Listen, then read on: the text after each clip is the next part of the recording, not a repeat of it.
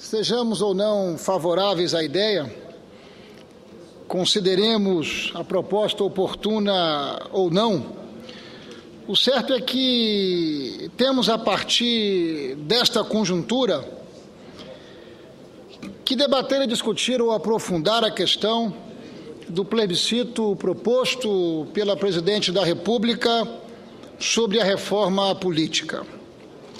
E ninguém duvida que esse é um tema que seguramente já está incendiando os debates, não apenas no Congresso brasileiro, mas de uma forma geral por todos aqueles que estão acompanhando mais atentamente a necessidade do inadiável aperfeiçoamento do sistema político brasileiro. O plebiscito vem ao encontro do clamor das ruas, é a resposta para as manifestações populares que vem tomando conta das ruas em nosso país? É claro que não. É claro que não é a única resposta. O brasileiro deseja mesmo um Estado eficiente, que ofereça serviços de qualidade. O brasileiro quer o fim da corrupção e o fim da impunidade. Mas o brasileiro também já deixou suficientemente claro que não aceita mais o atual sistema político, que não acredita nos atuais partidos, nem se sente legitimamente representada no parlamento face ao distanciamento que nós temos observado da chamada democracia representativa, que não tem andado de braços dados com aquilo que tem pautado o dia a dia da população brasileira. É tempo, sim, de uma reforma política, e é oportuno, sim, legítimo e justo, sim, que a população brasileira possa continuar de maneira intensa ditando os rumos, o norte e as diretrizes. Até porque uma reforma política adequada, ela terá capacidade de impulsionar o Estado brasileiro na direção da sua eficiência, de oferecer respostas efetivas em torno das suas políticas públicas. A começar, senhoras e senhores senadores, pelo ponto mais básico, mais elementar do nosso ordenamento político e eleitoral. O voto deve ser mesmo obrigatório ou deveria ser facultativo, senador Pedro Táxi? Até porque tudo começa, acho eu, não termina, mas começa no exercício cidadão do voto. O voto, afinal, é um direito ou o voto é uma obrigação? No ano passado, apresentei aqui no Senado proposta de emenda constitucional no sentido de resgatar o verdadeiro sentido do voto num sistema democrático, senador Jaime Campos.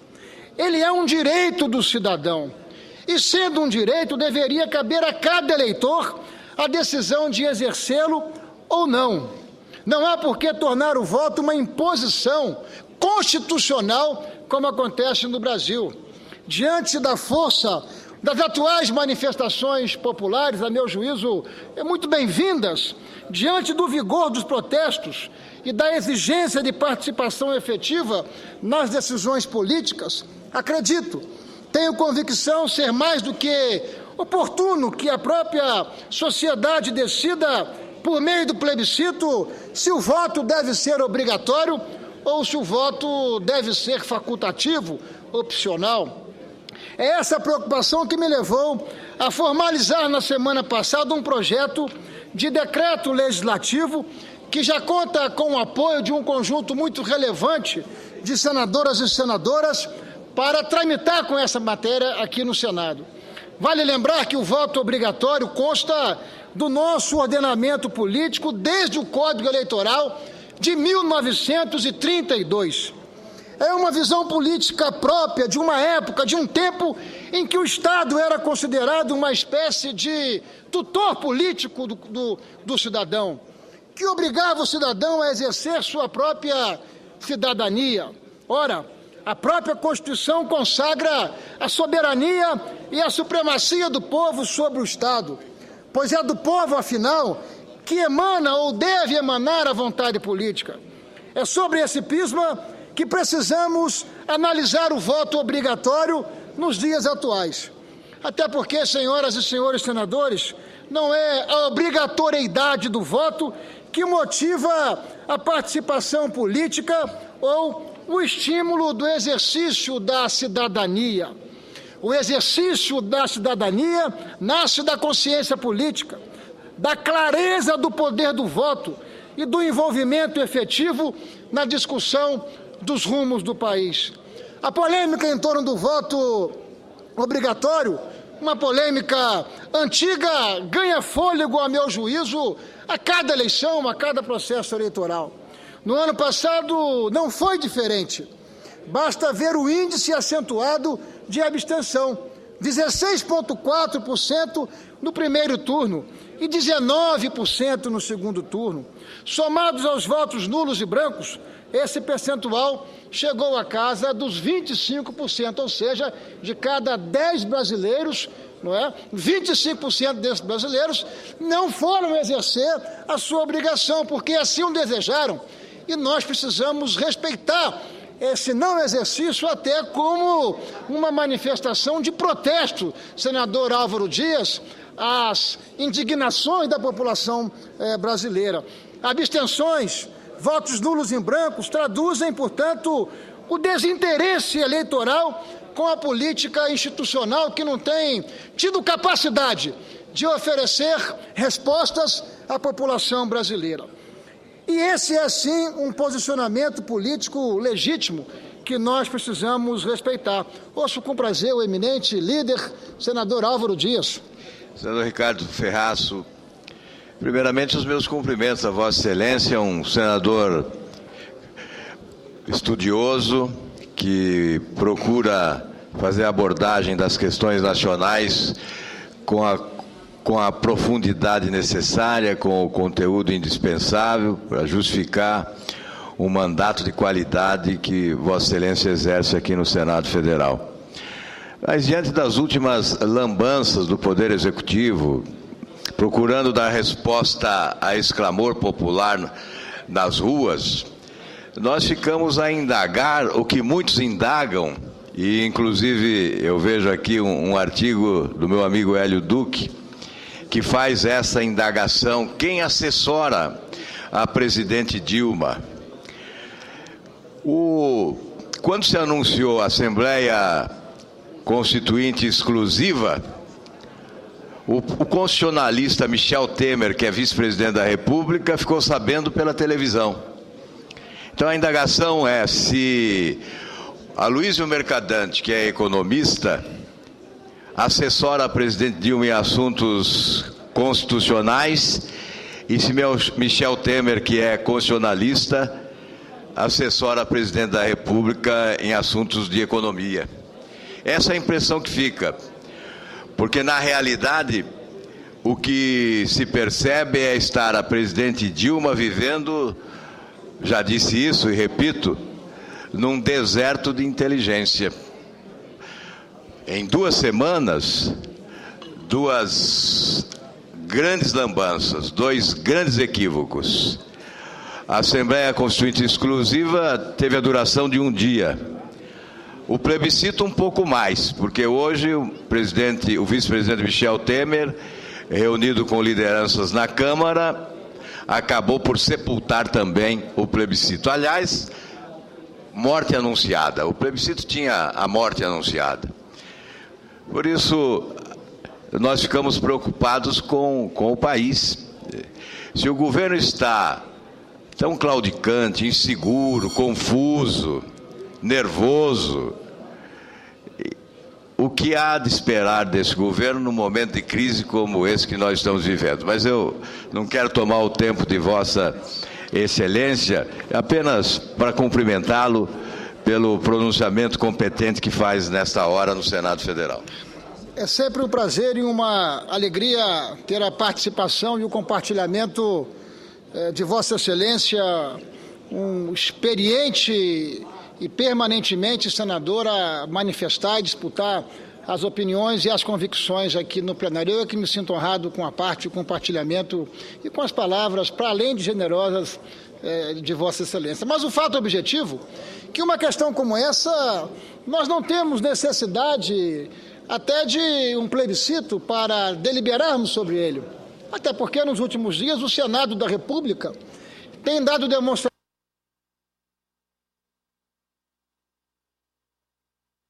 ideal era que nós tivéssemos adotado um conjunto dessas iniciativas sem a pressão das ruas, pois estamos legitimados pelo voto popular, estamos legitimados pela sociedade para agirmos em seu nome.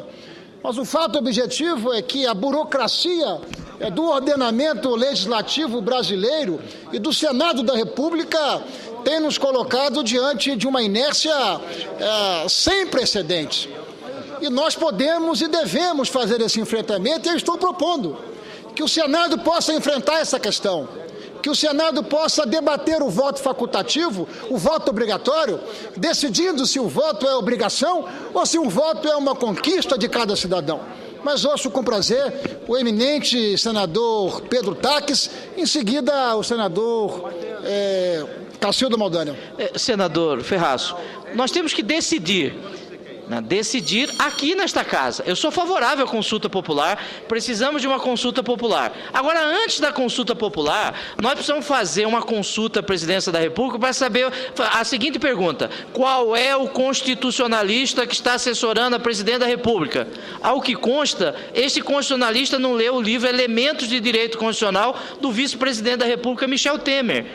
Porque manda uma mensagem querendo uma consulta, aí retira a mensagem. É um governo que apresenta proposta sanfona, vai e vem. Agora, qual é o constitucionalista que assessora a Presidência da República? Este constitucionalista precisa ler Elementos de Direito Constitucional do vice-presidente Michel Temer. Aliás, senador Pedro Taques, esse é um dos nossos pecados de maneira coletiva. Por que devemos consultar a Presidente da República sobre isso ou aquilo, se estamos aqui para o exercício soberano dos nossos mandatos? Eu peço desculpas ao senhor, mas eu não estou pedindo consulta para a Presidente da República. O artigo 2º da Constituição fala que esse poder é independente.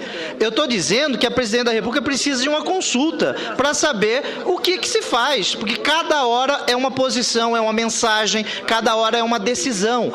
Isso cria insegurança jurídica. Insegurança. Por óbvio, não seria eu que vou pedir consulta ao Presidente da República. Eu sou senador da República, não da Presidência da República. O que nós precisamos é continuar com essa agenda de celeridade sobre os importantes temas que nós resolvemos enfrentar nos últimos dias. Vossa Excelência foi protagonista, foi autor de 2 importantes projetos que nós lutamos na Comissão de Constituição e Justiça para que ele pudesse chegar ao fim e ao cabo. A proposta que estabelece o crime de corrupção como crime hediondo e a ficha simples para a ficha limpa para o ingresso no serviço público, que não perseverar, que não continuar dedicado e determinado no enfrentamento desses temas, porque é isso que o fará se colocar de pé diante da população brasileira. Mas ouço o senador Cacildo Maldânio com muita alegria. E serei breve, eu sei que o tempo de Vossa Excelência, senador Carlos Ferraço, está por esgotar, mas eu não podia deixar de me associar ao que diz Vossa Excelência, da preocupação de nós avançarmos. Acho que hoje, se é para nós discutir plebiscito, coisa que o valha, está pegando a ideia de que nós queremos, ou sequer, direcionar o foco para outro tema, direcionar o que está aí, as filas da saúde, da insegurança, resolver agora que nós precisamos. Vamos agir, eu acho que o grito que existe aí é procurar encontrar saídas agora. Vamos tirar da pauta as eleições do ano que vem. E olha, eu acho que a pauta de eleições é relação dos estados. Vamos pensar agora em trabalhar, vamos tentar encontrar o clamor dessas questões que Vossa Excelência, de algumas delas tem até relacionado. Eu acho que se nós respondermos a isso, que é nossa competência, se nós respondermos a isso, nós vamos encontrar várias soluções. Temos que avançar nisso. Se ficar, porventura, algumas teses de reforma eleitoral ou outros, se for o caso do referendo, mas vamos encontrar uma solução para aquilo que é premente. Vamos resolver as questões que as pessoas sentem agora, as pessoas do dia a dia. É isso que nós temos que fazer. Por isso quero me associar à preocupação de Vossa Excelência. Eu sou absolutamente convergente com a manifestação de Sua Excelência, porque, na prática, a nossa economia ela avançou muito mais que o Estado brasileiro. O Estado brasileiro, a representação pública brasileira está sob manutenção. E nós ato para que, além de nós trabalharmos para melhorarmos intensamente as políticas públicas que dizem respeito àquilo que está no centro das manifestações populares, nós podemos sim e devemos, acho eu, adotarmos atitudes. Que necessidade temos nós de aguardarmos plebiscito exclusivo, criando essa grande confusão, essa grande fumaça, se nós podemos deliberar, e se nós devemos deliberar, e se nós estamos legitimados para o voto, para agirmos em nome da população.